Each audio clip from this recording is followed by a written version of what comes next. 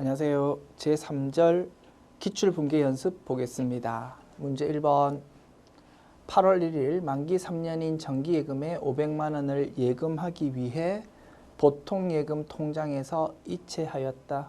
보통예금 통장에 있던 돈을 정기예금으로 불입했다 이겁니다. 그런데 만기가 3년짜리 정기예금이네요. 장기금융상품에 해당할 겁니다. 장기금융상품에 해당하는 계정과목에 대해서 우리가 실기편에서 사용하는 K랩 프로그램에는 두 가지 계정과목이 등록이 되어 있습니다. 장기성 예금이라는 계정과목과 특정 현금과 예금이라는 계정과목 두 가지가 등록되어 있다 이겁니다. 이 두 가지 계정과목 중에 하나를 사용해야 된다. 그런데 이제 예금을 든 것 중에서 차입금에 담보로 제공하든가 한 이유 등으로 사용이 제한이 되어 있는 경우가 있을 겁니다. 그러한 경우라면 특정 현금과 예금이라는 계정과목 써야 되고 그 외의 경우에는 장기성 예금 계정과목을 사용해서 회계 처리하면 됩니다. 그래서 결론은 이 경우 차변에 오는 계정과목은 장기성 예금이다 라는 것이 결론이다. 금액은 500만 원. 대변은 보통 예금에 있던 돈이 이제 작아지니까 그지? 대변의 자산의 감소로서 보통 예금 500만 원 기록하면 될 것입니다. 됐죠? 그래서 좀 오래된 문제다 그죠? 자주 출제되지는 않습니다. 그런데 우리 K랩 프로그램에 등록되어 있는 계정 과목 이름 장기성 예금이라는 걸 알아야만 이렇게 입력할 수 있는 문제도 출제되기도 한다 이겁니다. 그런 측면에서 소개해 드렸습니다. 됐죠?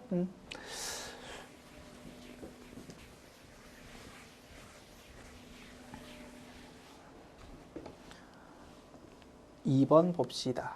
당좌 거래 개설 보증금 830만 원을 현금 입금하여 계약기간 3년의 국민은행 당좌 거래를 개설하고 당좌 수표 용지와 약소금 용지를 교부받았답니다. 길게 적었는데 별게 아니고 은행하고 당좌예금 계약 체결했다 이겁니다. 그때 보증금을 내야 된다고 했죠? 그 보증금 830만 원을 어떻게 기록할 거냐 이겁니다. 어떻게?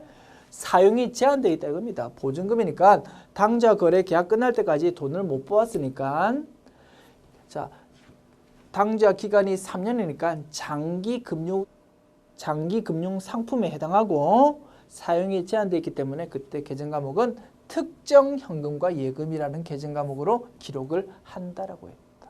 830만 원. 대변에는 현금이라는 자산의 감소로 기록하면 되겠다. 됐죠. 그래서 뒤에 있는 용어들은 그냥 읽고 넘어가시면 됩니다. 당좌 거래 계약 체결되면 이런 용지를 은행에서 우리한테 주나 봐요. 됐죠. 문제 3번 봅시다. 주식회사 한울에서 발행한 회사채 만기 3년입니다. 이러한 채무증권을 1,000만 원을 주고 당좌 수표를 발행해서 취득했답니다. 회사는 이를 만기까지 보유할 의도와 능력을 가지고 있대요. 회사채를 취득하는 과정에서 수수료 5만 원은 별도로 현금으로 지급했답니다. 뭐 취득했다고요? 채무증권, 회사채라는 채무증권을 취득을 했다. 보유 목적은 만기까지 보유할 목적이다. 계정과목 뭘로? 만기 보유증권. 그래서 우리 일반 기업회계 기준에서는 만기 보유증권 계정과목 쓰려면 회사가 만기까지 가지고 있으려고 하는 의도도 있어야 되고요. 능력도 있어야 된답니다. 돈이 딸리면은 그 유가증권 팔아가지고 돈으로 만들겠죠. 그러지 않아야 된다. 능력도 있어야 된답니다. 그래서 이러한 용어 좀 눈에 익혀두셨으면 좋겠다. 일반 기업회계 기준 규정에 이런 단어들이 등장하고 있기 때문에. 됐죠. 자, 대변에 당좌 수표를 발행하면 대변에 당좌예금 기록하면 되고요. 수수료 부분은 별도로 현금 지급했으니까 대변에 현금 기록하면 됩니다. 문제는 차변인데요. 수수료 부분을 따로 기록한다 안 한다? 안 한다고요. 취득 부대 비용으로 보기 때문에 만기 보유증권이라는 이러한 자산 계정 과목으로 처리하고 따라서 만기 보유증권 취득금액은 1,000만 원 플러스 5만 원 한 1,005만 원 요게 취득금액이 된다. 중요하겠다 안 하겠다? 중요하겠다 이겁니다. 왜? 똑같은 채무증권이라 하더라도 그 채무증권이 단기 매매 증권으로 분류될 때는 그러한 수수료를 따로 기재해야 되고 따라서 단기 매매 증권의 취득원가는 순수한 채무증권 그 금액만 기록이 돼야 되기 때문에 그래서 수수료 비용에 대한 요 처리가 굉장히 중요한 포인트가 된다. 자 그리고요 실기편에서 말씀드릴 건데요. 만기 보유 증권 요 계정 과목을 입력을 할 때 똑같은 이름인데 코드 번호가 두 가지가 검색될 겁니다. 자, 그 두 가지 중에서 그 코드 번호가 큰 것, 즉 쭉 나열했을 때 코드 번호 작은 건 위에 나열되고 코드 번호 큰 거는 아래쪽에 나열되겠죠. 아래쪽에 나열되는 것, 그거를 선택해서 입력해야 됩니다. 그게 투자 자산에 해당하는 만기 보유 증권이 된다. 자, 우리 제1절 유가증권에 대한 그 표에서 설명드렸습니다. 만기 보유 증권, 매도 가능 증권인 경우 유가증권이다 그죠? 유가증권 중에서 주식이 아니고 만약에 채무증권이다. 그러면서 만기보유증권 또는 매도 가능 증권이라는 계정 과목으로 처리되었다. 그러면 처음에 입력할 때는 투자자산에 해당한다 이겁니다. 그런데 시간이 지나면 지날수록 만기가 점점 다가오겠죠. 만기가 다가오면 어느 순간 올해 결산일로부터 만기가 1년 이내로 도래하는 시점이 올 거다 이겁니다. 그때는 뭘로 바꾼다고요? 똑같은 이름은 만기보유증권 또는 매도 가능 증권이지만 분류를 이제는 투자자산이 아니고 유동자산 중에서 당좌자산에 해당하겠죠. 그쪽으로 분류를 바꿔야 된다라고 말씀을 드렸습니다. 그래서 코드 번호가 작은 거는 유동자산에 해당하는 코드 번호고 코드 번호가 큰 거는 투자자산에 해당하는 코드 번호다 이겁니다. 그래서 어느 정도 뭐 문제에서 예외적으로 이러한 채무증권은 이제 만기가 결산일로부터 1년 이내로 도래했다 이런 언급이 없으면 무조건 코드 번호 큰 거 그걸로 선택을 해서 입력을 해야 된다. 됐죠? 실기편 할 때 만기 보유 증권 잘 입력했는데 코드 번호를 잘못 선택해서 틀렸다. 얼마나 억울하겠습니까? 이런 거 제대로 코드 번호를 불러오자. 됐습니다. 문제 4번 볼게요. 주식회사 부동산 개발로부터 투자 목적으로 토지를 3억 원에 구입하고 현금으로 1억 원, 나머지는 약속어음을 발행해서 교부했답니다. 또한 당일 취득세 1,000만 원은 현금 납부했답니다. 토지 샀습니다. 토지 샀는데 이 토지는 투자 목적으로 샀대요. 어디 땅값이 좀 오른다는 소식을 듣고 시세 차익 얻으려고 토지 샀다. 이거는 유형 자산이 아니고 뭘로? 투자 자산으로 분류되고 계정 과목은 뭘로? 투자 부동산이라는 계정 과목으로 입력한다고 했습니다. 됐죠? 그리고 현금 준 거는 대변에 현금 적으면 되고 약속음을 발행했다. 이것도 중요한 채점 포인트가 되겠다. 그죠? 자, 이러한 투자 자산을 사는 것 또는 유형 자산 사는 것 이런 것들은 회사의 주된 영업 활동이 아닙니다. 자, 주된 영업 활동 아니면서 물건 살 때 엄을 끊어줬다고요? 그러면 무슨 계정 과목? 지급엄 계정 과목이 아니고 미지급금 계정 과목을 써라. 이것도 중요하다. 맞죠? 그리고 거래처는 주식회사 부동산 개발이라고 적으면 되겠다. 그리고 취득세 부분 현금 주었으니까 여기 대변에 적히는 현금 금액은 1,000만 원과 1억 원 합한 1억 1,000만 원 그렇게 적으면 되겠다. 그래서 투자 부동산의 취득 원가는 3억 원 플러스 1,000만 원 해서 3억 1,000만 원이 될 것이다. 문제 5번 봅시다. 영업부에서 사용할 승용차를 주식회사 선진자동차로부터 전액 5개월 할부로 2,000만 원에 구입했습니다. 또한 구입 대금과는 별도로 발생한 취득 부대 비용 80만 원은 현금으로 지급했다. 어렵지 않죠? 승용차를 외상으로 샀다 이겁니다. 차변에 차량 운반구 적고요. 대변에 미지급금 적으면 되고 거래처는 요렇답니다.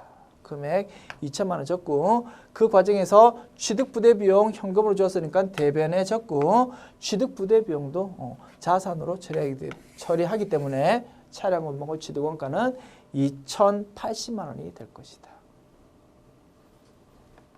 문제 6번 볼까요? 생산 라인 증설을 위해서 지난 5월 9일 계약금 500만 원을 주고 주식회사 광속테크에 제작 의뢰한 기계장치가 설치 완료되어서 잔금 2,500만 원 중에서 2,200만 원은 국민은행 보통예금으로 지급하고 나머지는 15일 후에 지급하기로 했답니다. 부가가치세는 고려하지 말래요. 자, 기계장치 샀다 이겁니다. 기계장치 사서 차변에 기계장치 기록하면 되는데 계약금 명목으로 돈을 좀 미리 준 게 있나 보네. 얼마? 500만 원. 그러면 차변에 있던 선급금을 대변에 적어서 없애고요. 그리고 나머지 이제 2,500만 원 줘야 되는데 2,200만 원은 보통예금 주었으니까 대변에 보통예금 적으면 되고 나머지 300만 원은 나중에 주기로 했으니까 미지급금으로 회계 처리하면 되겠다. 어렵지 않죠? 문제 7번 봅시다. 신주 1000주를 발행해서 기계장치를 구입했답니다. 주당 액면가액은 5,000원이고 발행 시점의 공정가액은 주당 6,000원이다. 이런 걸 뭐라고 합니까? 현물 출자라고 한다고 했습니다. 회사는 주식 발행했는데 주식 발행해서 보통예금 현금 받는 게 아니고 기계장치라는 이러한 유형자산을 받는 것. 그러면 차변에 기계장치 라는 계정과목 쓰면 되고 금액은 어떻게 결정됩니까? 우리가 그 주주한테 준 주식의 공정가치만큼을 여기에다가 적으면 되겠다. 즉 기계장치 600만 원짜리 받았으니까 우리가 600만 원짜리 주식을 주었다라고 분석할 수 있다 이겁니다. 자, 주식의 공정가치는 조금 풀어가지고 이렇게 문제로 제시해 주었네요. 자, 주당 액면가액 5,000원이고요. 주당 공정가액은 주당 6,000원입니다. 주식 가격이 6,000원짜리인데 몇 주 줬다고요? 1000주를 줬다고요. 그러면 1000주 곱하기 6,000원, 600만 원짜리 주식을 주었다. 그래서 기계장치 600만 원짜리를 가져왔다 이거지. 그죠? 그리고 회계 처리할 때 액면금액까지는 자본금 계정과목으로 처리하고 그거 초과하는 부분은 주식 발행 초과금이라는 계정과목으로 처리할 것인데 이 부분은 제5절 자본에서 조금 더 자세하게 배우게 된다라고 했습니다. 됐죠?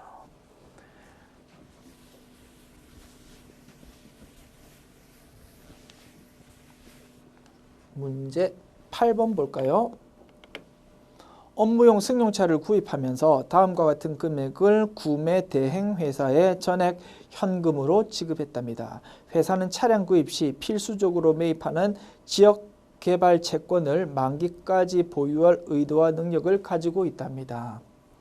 자, 승용차라는 유형자산 살 때 법에 따라서 울며 겨자 먹기로 이러한 우리가 원하지 않지만 이런 채무증권을 산다 이겁니다. 채무증권을 어떻게? 비싸게. 핵심 포인트는 그 비싸게 준 부분을 뭘로? 해당되는 유형자산, 차량 운반고로 처리하자. 그게 핵심 키워드다. 그리고 이러한 채무증권은 유가증권에 해당하니까 4가지 계정과목 중에 하나를 선택하면 되는데 문제에서 뭐라고? 만기까지 가지고 있을 의도와 능력을 가지고 있다고 했으니까 만기 보유증권 계정과목으로 처리한다. 만기 보유증권 계정과목으로 처리하는 금액은 요 채무증권의 공정가치 46만 원만큼만 기록을 하면 될 것이다. 그래서 이 채무증권이 시장 가격은 46만 원밖에 안 되는데 돈은 얼마 주고 산 거라고요? 50만 원 주고 비싸게 주고 샀다. 그래서 비싸게 준 부분 4만 원은 차량 취득 원가에 합산시켜야 되겠다. 그러면 차량 취득 원가는 결과적으로 얼마가 되겠습니까? 차량 가격 플러스 취득세 요거 두 개에다가 비싸게 준 부분 4만 원 합해야 되겠다. 그죠? 계산해 볼까요? 1,850만 원 플러스 50만 원 플러스 4만 원 하면은 19040,000이 되어야 되겠다. 그죠? 이렇게 분석할 수 있고 만기 보유증권 금액은 공정가치인 46만 원만 기록이 돼야 된다. 그래서 대변의 현금 요거 두 개 합한 거 1,950만 원. 그죠? 요거 다 합한 거가 되겠다. 요 세 가지를 합한 금액이 돈이 나간다. 대변에 기록한다. 이렇게 분석 가능. 자, 이 부분도 마찬가지입니다.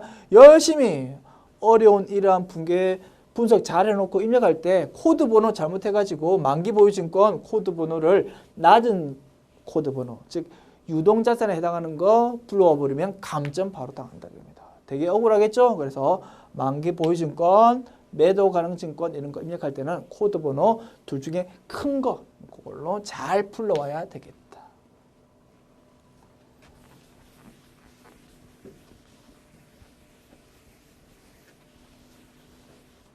자, 문제 9번 봅시다.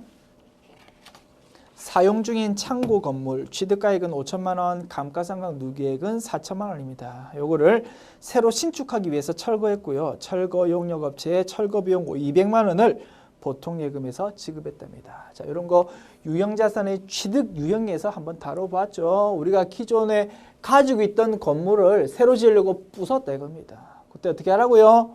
기존에 있던 건물의 장부 금액을 유형자산 처분 손실로 인식하자라고 했다. 그리고 철거 과정에서 돈 드는 거 있으면 이것도 유형자산 처분 손실로 인식을 하자라고 했다. 됐죠? 그래서 건물에 대해서 장부 금액이 얼마였다고요? 1,000만 원이었다고요. 즉 취득가액 5천만 원, 감가상각 누계액 4천만 원이었는데 유형자산 처분하는 분계하고 똑같습니다. 취득원가 부분을 대변에 적고요. 그에 딸려있는 감가상각 누계액을 차변에 적는다. 그러면 결과적으로 순액으로 따지면 장부 금액인 1,000만 원만큼이 대변에 적히는 꼴이 되고, 자 그러면 1,000만 원짜리 자산을 팔았다라고 볼 수 있다 겁니다. 돈 얼마 받았다고요? 그냥 우리가 가지고 있던 거 멀쩡한 거 부쉈으니까 돈은 0원 받았다라고 볼 수 있겠다. 그러면 유형자산 처분 손실이 1,000만 원 나올 것입니다. 그런데 그 과정에서 돈이 200만 원 더 들었으니까 결과적으로 유형자산 처분 손실은 1,000만 원 플러스 200만 원, 1,200만 원 그렇게 결정이 될 것이다. 대변에 보통예금 200만 원 기록하면 되고, 됐죠? 이렇게 분석했다. 문제 10번요. 사용 중인 기기장치 취득원가 3천만 원, 감가상각 누계액 1,500만 원. 요거를 동일 업종인 거래처에서 유사한 용도로 사용하던 기계장치 장부 금액은 1,800만 원, 공정가액은 2천만 원. 요것과 교환을 했답니다. 교환되는 기계장치 상호 간의 공정가액은 동일하답니다. 이렇게 나와 있네요. 요게 무슨 교환입니까? 우리도 기계장치, 저기도 기계장치. 동일한 종류의 자산을 서로 맞바꾸치게 한다. 동종자산 간의 교환이었습니다. 동종자산 간의 교환에서의 핵심은 뭐라고요? 자, 똑같은 종류의 자산을 주었다가 그거를 다시 받았으니까 그 해당 자산의 쓰임새가 끝났다 안 끝났다? 안 끝났다고요. 계속 쓴다라고 보기 때문에 유형자산 처분 손익을 인식하지 않는다라는 게 핵심입니다. 그 유형자산 처분 손익을 인식하지 않다 보면 결과적으로 새로 취득한 기계장치의 취득원가는 기존에 가지고 있다가 저쪽에 준 제공한 자산의 장부 금액으로 기록이 될 수밖에 없다라고 우리가 결론 낼 수 있다 이겁니다. 자, 분석해 볼까요? 자, 우리가 주는 것 기계장치의 장부 금액 얼마입니까? 장부 금액 취득가액 3천만 원 빼기 감가상각 누계액 1,500만 원. 그러면 장부 금액은 1,500만 원짜리다 그죠? 1,500만 원짜리 자산을 주고 그러면 대변에다가 취득원가, 차변에다가 감가상각 누계액 이렇게 기록하고 순액으로 따지면 대변 쪽에 1,500만 원이 적히는 것이고 그 대가로 뭘 받았다고요? 기계장치라는 이러한 물건을 받았다 이겁니다. 그리고 이러한 분기에 있어서 처분 손익을 인식을 안 한다 이겁니다. 따라서 새로 취득한 기계장치의 취득원가는 뭘로 기록될 수밖에 없다? 우리가 저쪽에 준 제공한 자산의 장부금액인 1,500만 원으로 기록될 수밖에 없다라고 했었습니다. 별거 없죠? 그래서 자산을 교환하면 일단 겉부터 먹는데요. 그러지 마십시오. 우리가 포인트로 정리한 그것만 딱 쥐고 있으면 된다. 동종자산 간의 교환은 처분손익 인식 안 하고 이종자산 간의 교환은 처분손익을 인식하고 그것만 딱 키포인트 쥐고 있으면 되겠다.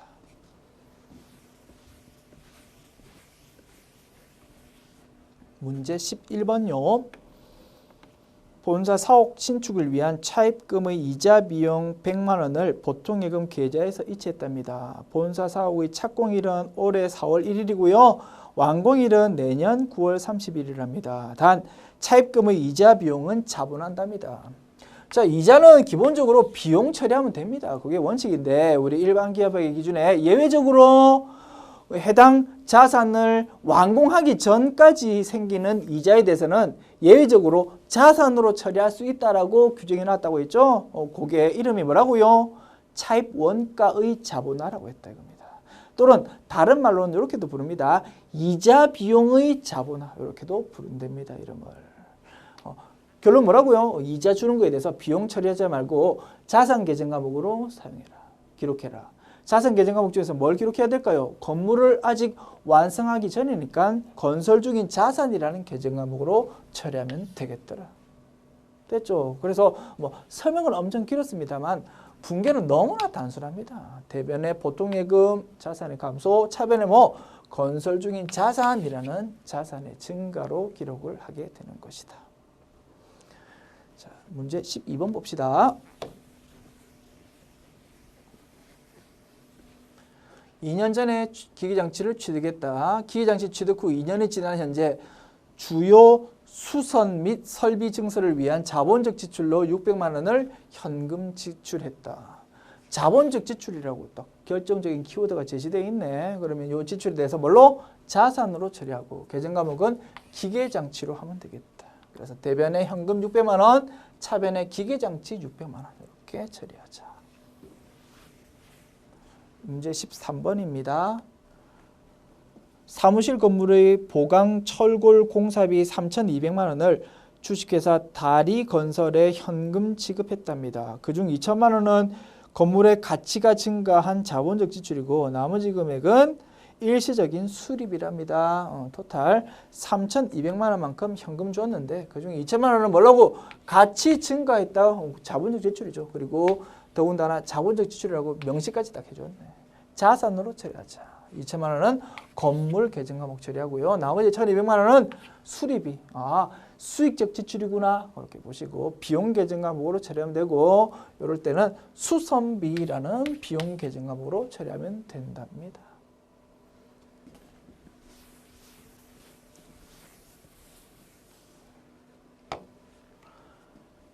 그래서 나중에 6절에서 배울 겁니다. 이러한 수익적 지출일 때는 비용 계정 과목으로 쓰면 되는데 그게 이와 같이 뭔가 갈아 끼고 고치는 개념이면 수선비 계정 과목 쓰면 되고 차와 관련된 부분이다 그러면 차량 유지비 계정 과목 쓰면 됩니다. 아마도 둘 중에 하나를 선택하면 될 것이다. 이렇게 알아두시면 좋겠고요. 제 6절에서 다시 한번 확인할 것입니다. 문제 14번요. 구매하고 보관 중인 원재료 48만 원을 본사 건물의 수선을 위해서 사용했다. 건물에 대한 수선은 현상 유지를 위해 발생한 일상적인 수선에 해당한다라고 되어 있네요. 자, 일상적인 수선 뭐 이런 용어 나와 있고 현상 유지라고 키포인트를 제시해 주었네. 기존에 있던 성능의 유지를 위한 지출이다. 수익적 지출이고요. 비용 처리하면 되겠다. 차변의 수선비 계정 과목이라는 비용으로 처리하면 되고 대변은 우리가 가지고 있던 원재료라는 이러한 자산을 사용했으니까 대변의 원재료 자산의 감소를 기록하면 되겠다. 다만 이러한 원재료는 재고자산에 속하죠. 재고자산에 속하는 계정 과목을 매출 원가가 아닌 이유로 사용한다. 이런 거를 뭐라고 부른다고 했습니까? 타계정 대체 거래라고 부른다고 했고 우리 실기편 입력할 때 이러한 타계정 대체는 우리 프로그램 내에서 매출 원가를 쫘라락 자동으로 계산해서 입력해주는 그런 기능을 사용하여야 하기 때문에 타계정 대체 거래에 대해서는 항상 대변 원재료 여기에다가 적요 8번을 딱 입력해 줘야지만 프로그램이 매출 원가를 정확하게 계산할 수 있다고 했습니다. 그래서 타계정 대체는 대변 입력할 때 적요까지도 8번을 딱 입력하자. 이렇게 알아두시고요. 실기편에서 이 부분 다시 한번 계속 연습할 것입니다. 문제 15번요. 회사가 소유하고 있는 오토바이 취득원가 100만 원, 감가상각 누계액 55만 원. 요거 한 대가 있었는데요. 금일 사고 나가지고 그냥 바로 폐기 처분했답니다. 그러면 장부 금액 얼마짜리입니까? 45만 원짜리죠. 45만 원짜리 유형 자산을 돈 하나도 안 받고 그냥 처분한 걸로 본다 이겁니다. 45만 원만큼 유형 자산 처분 손실을 인식하죠. 대변의 차량 운반구 취득원가, 차변의 감가상각 누계액 55만 원, 그리고 45만 원은 유형자산 처분 손실로 인식. 문제 16번. 상품 운반용 차량을 1,500만 원에 현금 수취하고 처분했다. 차량 취득가액은 2천만 원, 감가상각 누계액은 400만 원. 그럼 장부 금액은 1,600만 원짜리다. 그죠? 1,600만 원짜리를 1,500만 원에 처분했으니까 100만 원만큼 유형자산 처분 손실 나오면 되겠네요. 그죠? 대변의 취득원가, 차변의 감가상각 누계액, 그리고 차변에 받은 돈을 이렇게 적어주고요. 차이나는 금액이 유형자산 처분 손익이 될 것이고, 이 케이스는 처분 손실 100만 원이 나오는 상황이다. 문제 17번. 유명 대학교에 의뢰한 신제품 개발에 따른 연구 용역비 2천만 원을 보통예금에서 인터넷 뱅킹으로 이체해서 지급했답니다. 자산으로 회계 처리할 것 이렇게 되어 있네요. 개발 활동과 관련해서 돈이 지금 나갔습니다. 그러면 대변에 보통예금 2천만 원 적으면 되고, 차변이 문제인데 요거에 대해서 비용 계정 과목으로 처리할 수도 있고 자산 계정 과목 처리할 수도 있죠. 문제에서 뭐라고? 자산으로 처리하랍니다. 즉 무형자산의 인식요건을 충족하는 모양입니다. 무형자산 중에서 뭐? 개발비 계정 과목 사용하자. 참고로 이러한 연구 또는 개발 활동과 관련된 지출 중에서 무형자산인 개발비 계정 과목 인식요건을 충족 못할 때는 어떤 계정 과목 쓰자고요? 이론적으로 보면요. 연구 활동에서의 지출은 연구비, 개발 활동이면서 개발비 인식요건 충족 못하면은 경상개발비라는 계정 과목 쓰는 게 원칙이래요. 이론적으로는 그렇게 정리할 수 있고, 실기편에서는 연구비와 경상개발비를 두 개 합해가지고 경상연구개발비라는 그런 이름으로 입력을 하면 된답니다. 그거 실기편에서 다시 한번 정리해 드릴게요. 자, 문제 18번 봅시다. 본점 이전을 위해서 한성빌딩 101호를 임차하기로 했고요. 임차 보증금 3천만 원을 보통예금 통장에서 송금했답니다. 그래서 대변의 보통예금 자산의 감소 기록하면 되고, 차변에는 뭐 나중에 다시 돌려받을 수 있으니까 그거는 임차 보증금이라는 자산으로 기록을 한다. 문제 19번요. 영업점을 이전하면서 임대인 대성빌딩으로부터 임차보증금 중에서 임차료 미지급액 600만 원을 차감한 나머지 1억 9,400만 원을 보통예금으로 반환받았답니다. 그리고 미지급 비용 계정 과목을 사용하시오라고 되어 있습니다. 자, 우리가 어디 사무실을 새들어서 살았답니다. 그런데 이제 임대차 계약 끝나서 그 보증금을 돌려받는다 이겁니다. 그러면 차변에 있던 보증금을 대변에 적어서 없애고요. 돈 받으면 되겠죠? 보통 예금으로 받으면 되는데, 참고로 600만 원만큼 월세가 밀린 게 있답니다. 월세 밀린 게 있으니까 그 부분은 대변에 부채로 잡혀 있겠죠? 부채 계정 과목은 미지급 비용이라는 계정 과목으로 사용하랍니다. 그러면 대변에 있던 부채를 차변에 적어서 부채의 감소를 기록해야 되고, 얼마? 600만 원. 따라서 2억 원 보증금 중에서 600만 원 차감된 1억 9,400만 원만 보통예금이라는 자산으로 들어오는 상황이다. 그래서 거래 판료소의 결합관계를 분석해 보면 차변의 보통예금, 자산의 증가, 차변의 미지급 비용, 부채의 감소, 대변의 임차보증금, 자산의 감소 이렇게 분석될 것이고요. 미지급 비용 이게 뭔지 모르겠다고요? 당연합니다. 아직 안 배웠지 않습니까? 그죠? 요런 부분은 나중에 제7절에서 열심히 배우게 될 것입니다. 이 정도만 들어두시고 넘어가셔도 충분하다. 완벽하게 이해 안 돼도 넘어가십시오. 됐죠? 문제 20번 볼까요? 4월 10일에 제품을 매출하고 주식회사 암석으로부터 수취한 500만 원이 부도 처리되었다는 것을 국민은행으로부터 통보받았답니다. 8월 20일자로 회계 처리하시오. 자, 부도방 받았다 이겁니다. 이때 뭐 임시 계정 과목인 부도엄과 수표라는 걸로 기록을 한다고 했습니다. 따라서 받을 엄이란 계정 과목을 일단 대변으로 적어서 없애버리고요. 이름을 부도엄과 수표로 바꿔야 되니까 요거를 차변에 기록을 한다. 문제 21번 봅시다. 기말 현재 보유하고 있는 감가상각 대상 자산은 다음과 같다. 제시된 자료 외의 감가상각 대상 자산은 없다고 가정한답니다. 요 두 가지 자산에 대해서만 감가상각비를 인식해 보라. 취득원가, 잔존가치, 내용연수가 이렇게 나와 있고요. 전기까지 인식해 온 감가상각 누계액이 적혀 있습니다. 그리고 취득일이 적혀 있고 감가상각 방법, 상각률이 제시되어 있네요. 자, 건물은 정액법입니다. 그러면 취득원가 1억 원, 여기 적을까요? 1억 원 마이너스 잔존가치 0. 요거를 몇 년으로 나눈다고요? 내용연수인 20년으로 나눈다. 그러면 1억 나누기 20 하면 1년에 500만 원 감가상각비 인식하면 되고, 정률법입니다.